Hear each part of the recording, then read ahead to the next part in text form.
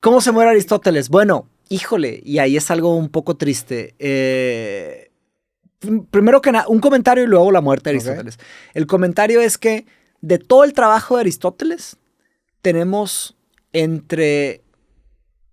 Híjole, aquí me puedo equivocar en las proporciones, pero es entre 2 tercios y 3 cuartos de todo el trabajo que escribió. No, más bien 1 tercio y 2 cuartos. Tenemos una fracción chica del trabajo de Aristóteles. ¿Ok? ¿Por? ¿Cómo sabemos esto?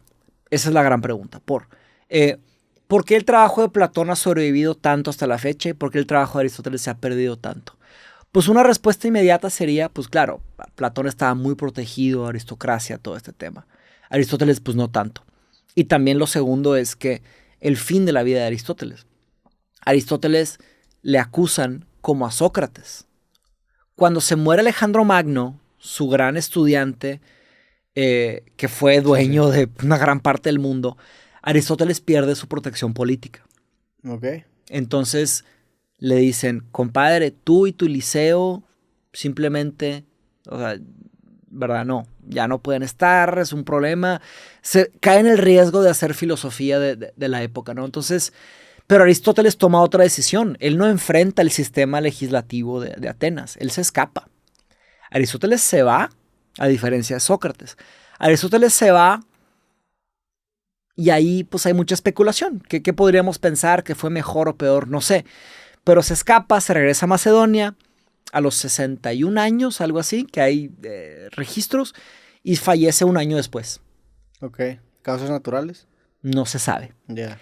Pues, pero tenía 60 y tantos. 61 se murió con 62 o 62 con 63. Hay diferentes recursos, diferentes cosas. Pero, pues sin duda, no es que se murió porque se fue, pero podemos decir con tranquilidad que fue una gran tristeza. Imagínate luchar toda tu vida por construir algo y tener algo y hacer algo, y de repente vienen y te quitan todo, te tienes que ir, perder Sí. todo. Claro que te golpea de una manera pesada, ¿no? Aristóteles tenía hijos, tanto su papá como su hijo se llamaban Nicómaco.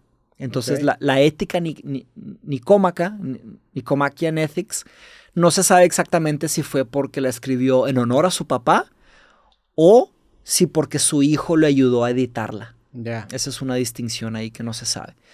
Pero se perdió muchísimo trabajo de Aristóteles. De hecho, lo que se tiene de Aristóteles son notas, no son sus libros. Se dice que él escribía impresionantemente bien. Claro que eso puede ser una glorificación o una Sí, sí. mitología. Pero lo que tenemos de Aristóteles, todos los libros que tú leas de Aristóteles, desde la poética, tiene la poética, la lógica, la física, la metafísica, la retórica, la ética eudaimónica, la ética... tiene 3 éticas, de hecho. La más famosa es la ética nicomaquia, luego la ética eudaimónica y otras, ¿verdad? Pero la política, todos estos trabajos que podemos leer de Aristóteles, se supone que no son los trabajos finales, son más bien notas, ¿verdad? Bosquejos. Bosquejos. Se perdió mucho de su trabajo. Y me preguntaste por qué. Pues, y ahí tendríamos que meternos a la historia, no la historia de la filosofía, no la historia de las ideas, sino que la historia de las vidas de los filósofos. Diógenes Laercio, por ejemplo, lo que vimos por ahí, La vida de filósofos eminentes, es un libro muy grande que sobrevivió, que está, pero hubieron muchos ataques. Ok. Habían muchas diferentes esfuerzos por desaparecer lo que estaban construyendo los filósofos. Habían ciertos esfuerzos por preservar, por mantener. Pero pues tú te imaginas que mientras más recursos, más esfuerzos, menos recursos, menos esfuerzos. Sí.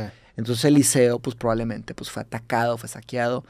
Después del Liceo está Epicuro, y Epicuro puso el jardín, The Garden, el jardín en Atenas. Fueron 3 grandes escuelas, que fue la Academia de Platón, el Liceo de Aristóteles y el jardín de Epicuro.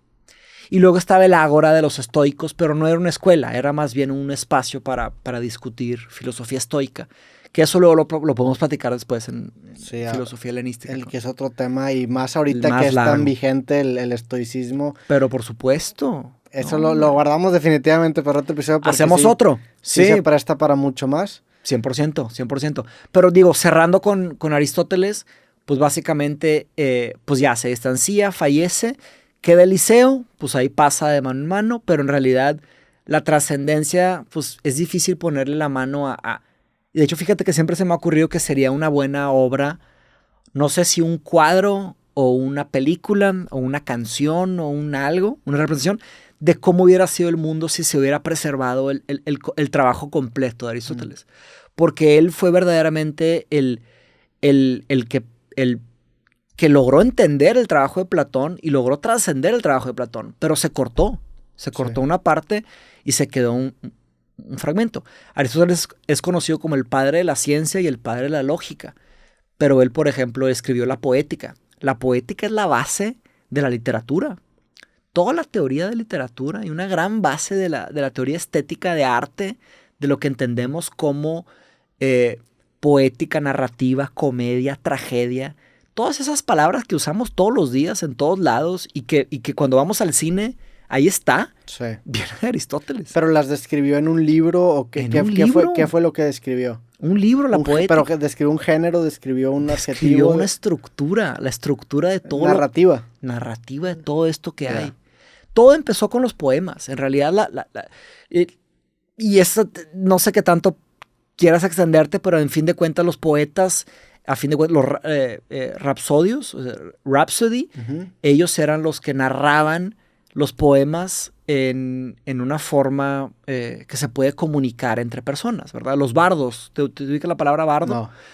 Un bardo, the bards en inglés, un bardo es el que iba de pueblo en pueblo tocando canciones, cantando historias, contando narrativas, pero todo verbal. Y ellos, pues, eran una gran parte de la cultura y de cómo se comunicaban las historias, porque pues no necesariamente, pues no había nada parecido a un tipo, o sea, sí, claro. Cómo se comunicaba de pueblo en pueblo, las baladas, las narrativas, las canciones, pero había mucha mentira ahí metida. Y luego estaban las obras de teatro. En las obras de teatro se contaba y se hacía el catarsis, que es básicamente, oye, vives una emoción, pero tú no la estás, haz de cuenta que hay alguien sufriendo terriblemente, ¿verdad? Agonizando, pero es un actor y tú lo estás viviendo y lo sufres y tú tuviste algo parecido y se te queda y lo reparas y sigues tu vida y como que lloras o te ríes, te atacas de risa y se comunican emociones, ¿no? Y digo, todo esto lo exploró también Platón, por ejemplo, en el Ión, con varias cosas, pero a fin de cuentas, mi último comentario de Aristóteles, para ya pasar a lo que sí. Perdón, es que... Sí, hay un chingo, me imagino. Hay un chingo más, sí, un chingo más. Es que Aristóteles básicamente... Una gran diferencia literaria de leer a Platón, de leer a Aristóteles, es que Platón tenía una gran estructura narrativa de diálogo. Personajes, personas. Aristóteles es premisa, conclusión, argumento, se sintetiza, se hacen dos argumentos más, se ven opciones, se sintetiza, otro argumento, otra premisa, otra conclusión. Es mucho más seco. No hay personajes. Es como que filosofía pura. Órale, aquí está la premisa, aquí está un ejemplo, aquí está una metáfora, aquí está... Y se va al grano. Y entonces él estructura campos. Él estructuró la ética, estructuró la política, estructuró la estética. Digo, la estética, la poética, la retórica, la física, la metafísica. Digo, un montón de campos los hizo como que mapas. Más en un aspecto científico, como empírico. ¿Qué podemos accesar y registrar, ¿sabes? Por ahí va el trabajo de Aristóteles. Por eso el método científico. Claro. ¿Qué es la ciencia? Oye, ¿qué podemos ver, comprobar, validar, replicar? Sí. Y de ahí nace con Aristóteles. Igual las reglas de la lógica. ¿Con quién te quedarías? Sé que es una pregunta muy simplista y te va a doler contestarla. Filósofo favorito. Pero de los tres, Sócrates, Platón, Aristóteles. Aristóteles. Más que nada por su final, ¿no? Te da cierta cosa, te deja el que pudo haber sido si se hubiera rescatado su obra completa. También tiene una ventaja de tiempo en el sentido que ya considera a los otros dos. Mira, mi respuesta, como dicen, knee-jerk, como que de reflejo, mi respuesta de reflejo es Aristóteles. En un segundo momento sería Sócrates y en un tercer momento sería Platón. Sí, Platón es el que más como que claro obtienes quién era, ¿no?